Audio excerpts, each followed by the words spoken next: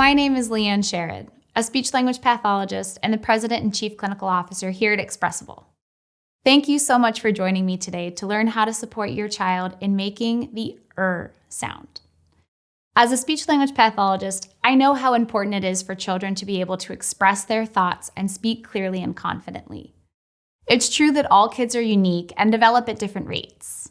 But as they learn to speak, children typically follow a specific progression of sound development. After all, some sounds are easier for children to make, and some are much harder and develop later in life. Some of the earliest sounds in English that emerge are b, p, n, and d. Some trickier sounds, like the sound, develop later in life. As children get older, they should be consistently increasing the number and types of sounds they can accurately say. For example, while a young toddler might be limited to words starting with a b and p, by 5 years old, most children can correctly say the R sound, We call a child's ability to make specific sounds articulation. Age-appropriate articulation is important for a few reasons. First, it helps children communicate their thoughts clearly with others, and it ensures that others can understand them. Second, practicing articulation skills early on will make it less likely that speech problems emerge as they get older.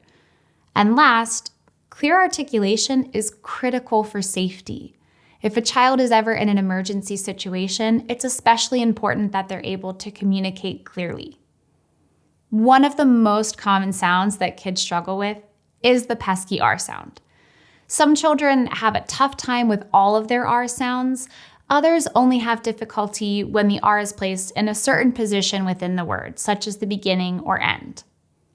You've probably spent some time listening to how your child pronounces R. Does it sound more like a W? For example, the word rice may be pronounced as weiss, or you may hear a word like berry pronounced as berry. For words that end with an R sound, you may hear a distorted attempt at R. The word father may sound like father, or the word chair may be pronounced as chea. Not only is the R one of the hardest sounds for kids to learn, it's also one of the hardest sounds to teach.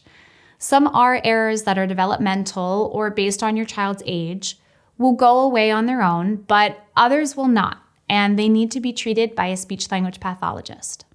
So let's take a minute to recap a few of the key points we discussed. As children get older, they should be consistently increasing the number and types of sounds they say. This is called articulation. Age-appropriate articulation helps children communicate clearly with others, and if kids practice their articulation skills early on, they're less likely to have speech problems when they get older.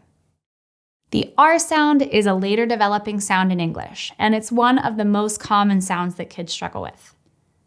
There are many reasons R can be such a tough sound to master. However, the more you understand what makes R so difficult and where your child may be struggling, the easier it is to make an informed decision about your child's care. In many cases, this involves receiving professional support from a speech-language pathologist. Speech therapists use a range of techniques to teach the R sound, and they'll create a personalized treatment plan tailored for your child's needs.